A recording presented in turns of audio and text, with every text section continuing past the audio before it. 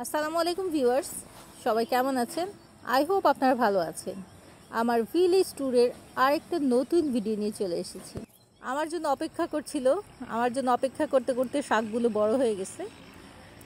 So আমি যখন গ্রামে চলে এসেছি, তারপরে প্ল্যান করলাম যে হ্যাঁ, শাকগুলো তুলে ফেলি যেগুলো বড় হয়ে যাচ্ছে, এবং আশেপাশের যারা রিলেটিভস আছে, নেইবার আছে, সবাইকে একটু দিই।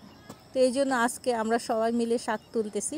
এখানে মূলা শাক আছে, লাল শাক এবং পালং শাক। আশেপাশে যে নেইবার বা রিলেটিভস আছে সবাইকে দেওয়ার প্ল্যান করেছি, এই জন্য আমরা সবাই মিলে শাক তুলতেছি। আর একটা জিনিস হচ্ছে, আমার কাছে যেই জিনিসটা ভালো লাগে সেটা হচ্ছে যে আমি নিজে একটা জিনিস করেছি, আমি চেষ্টা করি আশেপাশে সবাইকে দেওয়ার জন্য, সেটা গ্রাম হোক আর ঢাকায়। গ্রামে এটা খুব সহজ, বা ঢাকায় আমরা যেখানে থাকি, বা ঢাকার যে ইট পাথরের শহর আমরা যেটা বলি, এখানে ইচ্ছে করলেই সবাইকে সব কিছু দেয়া যায় না, কারণ অ্যাপার্টমেন্টে সবার মধ্যে বন্ডিংটা আসলে ওরকম ডিপ থাকে না, বা যাতায়াত এরকম থাকে না। এই জন্য যাই হোক, আপনাদের সাথে শেয়ার করি। এখানে আসলে ক্ষেত করার জন্য প্রায় আম্মু 40 বস্তা গোবর সার এনেছে, আর কয়েকদিন 3-4 দিন লেগেছিল, কারণ এখানকার মাটিগুলোকে প্রথমে নিড়ানো হয়েছে, তারপরে গোবর সার মিক্সড করছে, তারপরে গাছের বিচি লাগাইছে। বাট আমার কাছে মনে হয়েছিল যে এটা যদি পালং শাক আলাদা, মূলা শাক আলাদা, লাল শাক আলাদা যদি সেপারেটলি সব কিছু থাকতো, দেন দেখতে ভালো হতো এবং আমরা নিজেরা তুলতেও ইজি হইতো। বাট দেখা যাচ্ছে ধনিয়া পাতাও আছে, কিন্তু সব কিছু মিক্সড হয়ে গেছে।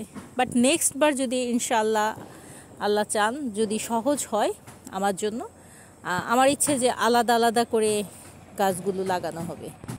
যাই হোক, এটাই আমার কাছে মনে হচ্ছে গ্রামের সবচেয়ে ভালো একটা দিক আমি বলবো। কারণ ঢাকায় হচ্ছে, আমরা যারা ঢাকায় গ্রোন আপ হয়েছি বা ঢাকায় জন্মগ্রহণ করেছি, তাদের জন্য এইসব জিনিসটা আকাশে চাঁদ পাওয়ার মতো আমার কাছে মনে হয়। কারণ গ্রাম দেখতে কেমন, গ্রামের ফিলিংস কেমন, আমাদের বাচ্চা কাচ্চারা কিন্তু এটা জানে না। তো আমার কাছে এই জন্য মনে হয় যে প্রত্যেক বছর একটু চেষ্টা করি, বেসিকলি উইন্টারে, যে আমরা একটু গ্রামে আসার জন্য। সো এই গ্রামের এই এনভায়রনমেন্ট বাচ্চারা এনজয় করবে, ওরা বুঝবে গ্রাম কি, আর গ্রামের অ্যাক্টিভিটিসগুলো কি থাকে। যেমন কয়েকদিন আগে আপনাদের সাথে আমি শেয়ার করেছি মাছ ধরার একটা ভিডিও। কারণ এই যে মাছটা যে ধরা, বাচ্চারা দেখা যাচ্ছে ডিভাইস নির্ভর হয়ে যায়। সো আমরা যদি বাচ্চাদেরকে এই গ্রামের সিনারিগুলো দেখাই, বা ওরা কি কাজ করে, কিভাবে করে, দেন আমার কাছে মনে হয় এটা বাচ্চাদের ভালো লাগবে। আর সবচেয়ে বড় বিষয় হচ্ছে এখানকার ফ্রেশ এয়ার।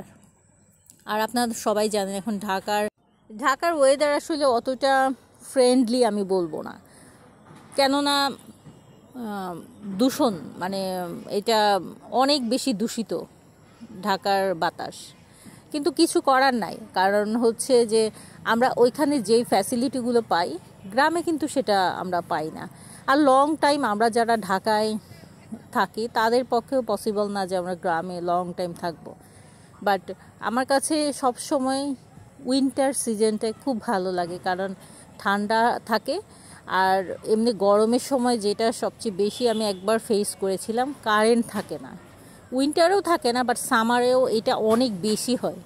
সো এটা টলারেট করা সবার জন্য আসলে ডিফিকাল্ট হয়। প্রকৃতির কাছে আছি, প্রকৃতির মাঝে আছি, সো এইটাই আমার কাছে অনেক আনন্দের। আর আমার বাচ্চারা যাতে এগুলো এনজয় করে এবং তাদের যাতে মনে থাকে, এই জন্য আসলে আমার গ্রামে আসা। এই জন্য আমি গ্রামে কিছু সময় থাকতে চাই আর কি, লং টাইম না, কারণ লং টাইম থাকা আমার জন্য পসিবল না। প্রতিটা শাকের সাথে আমার কাছে মনে হচ্ছে অনেক অনেক ভালোবাসা, কারণ আমরা এগুলো দেখি নাই কখনো, নিজেরা লাগাই নাই। সো এই ফার্স্ট টাইম এটা লাগাতে দেখেছি। লাগানোর সময় ছিলাম না, এসে দেখেছি অ্যাকচুয়ালি। বাট এটার প্রতি আমাদের যেরকম ভালোবাসা কাজ করে, আমার কাছে মনে হয় অনেক কিছু। আসলে গ্রাম অঞ্চলে যদি অনেক ভালো ইউনিভার্সিটি বা স্কুল কলেজ থাকতো, আমার কাছে মনে হয় মোস্ট অফ দ্য পিপল তারা পছন্দ করতো গ্রামে থাকার জন্য, কারণ এখানে আপনি ফ্রেশ খাবার দাবার খেতে পারেন। আমরা আসলে এখানে আসার পরে যখন ঢাকাতে যাই তখন আমরা প্রায় এক সপ্তাহের মতো খাবার খেতে পারি না, কারণ এখানে দেখা যাচ্ছে ফ্রেশ শাকসবজি খাচ্ছি এবং মাছটাও ফ্রেশ ডেইলি খেতে পারি। আর ঢাকায় গেলে কি করে যে আমরা ফ্রিজে রাখি, দেন আমরা ওইটা খাই। আর ফ্রিজে না রাখলেও যদি ফ্রেশটাও আনি তারপরে কেমন যেন একটা স্মেল আসে। আর এখানে পুকুরের বা খালের বা নদীর মাছ আমরা একদম ফ্রেশ ফ্রেশ খাই, কোনো আসলে ভেজাল নাই। আমি বলবো কোনো মেডিসিন দেয়া থাকে না, কারণ মেডিসিন দিলে মাছের থেকে একটা স্মেল আসে, যারা খান তারা সবাই জানেন। আর আমরা ঢাকায় আসলে এই ফ্রেশ খাবারটা পাই না। তো এই জন্য আমার কাছে মনে হয় গ্রামের এই টাইমটা খুব এনজয় করি সবাই মিলে। আজ এ পর্যন্তই। সবাই ভালো থাকবেন, সুস্থ থাকবেন এবং জাকিয়াস ব্লগ চ্যানেলের সাথে থাকবেন। আল্লাহ হাফেজ।